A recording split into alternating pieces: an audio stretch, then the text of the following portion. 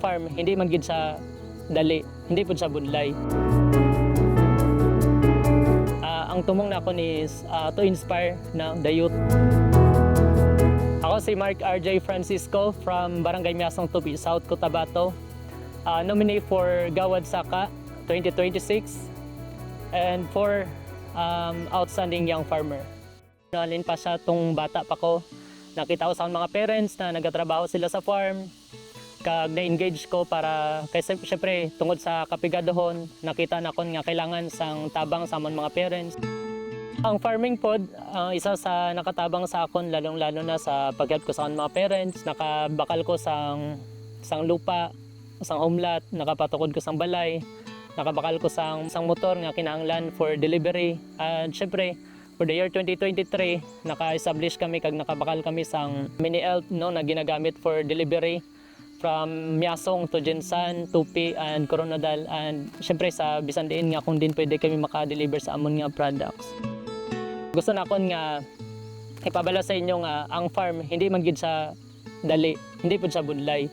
Pero through meetings, through seminars and other programs of the Department of Agriculture and any agencies of the government, makatabang ta sa paano naton i-manage, paano ta mag-manage kag tani maghatag po ta sang panahon para bisan gamay lang ang mga garden ano naton para at least ma-sustain naton ang mga aton nga panginahanglan. Kag ang nakita nakon nga halos ang mga kabataan subong hindi sila engaged sa farming. So gusto na ko ipakita sa ila kag mapatunayan sa ila nga ang farming kailangan gina siya sang aton nga economy, lalong-lalo na sa aton bisan kita mismo ang aton nga mga panginahanglan halin man gid sa farming. So amo tong gusto nakon nga ipabalo sa mga bata, ipakita sa ila sa mga nagasunod sa akon nga ang farming hindi siya basta-basta nga pwede naton talikdan.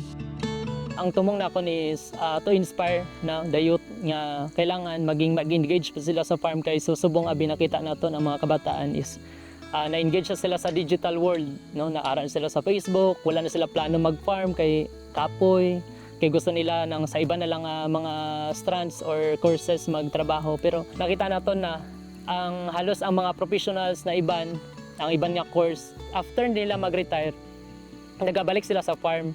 So nga man magbalik ka dito sa farm, nga man hulaton mo pa mag-retire ka bago ka magbalik sa farm. Kung subong man nang kaya man nang nimo mag-umpisa kag makatabang.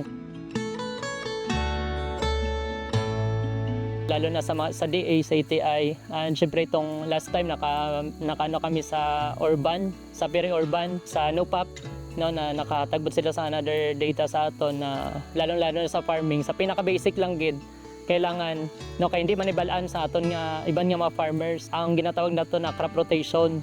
Kay tingala aton mga farmers na iba na tingala silang hindi basta-basta matanggal ang sakit o ang mga pest no, na nagastay sa ila gyapon nga pananom tungod kay wala nila gina-practice ang crop rotation.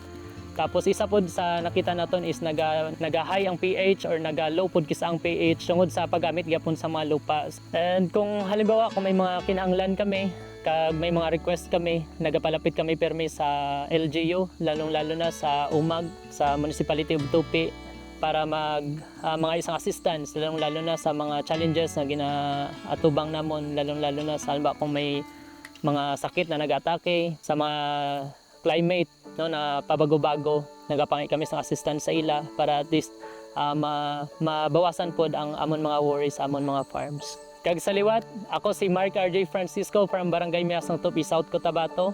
Kag gusto ko maging inspirasyon ng mga kabataan, hindi lamang sa Barangay Miasong, hindi lamang sa Municipality of Tupi, hindi lamang sa South Cotabato, hindi lamang sa Region 12, kundi sa buong Pilipinas. At gusto kong ipabalo sa tanan nga may pera sa agrikultura.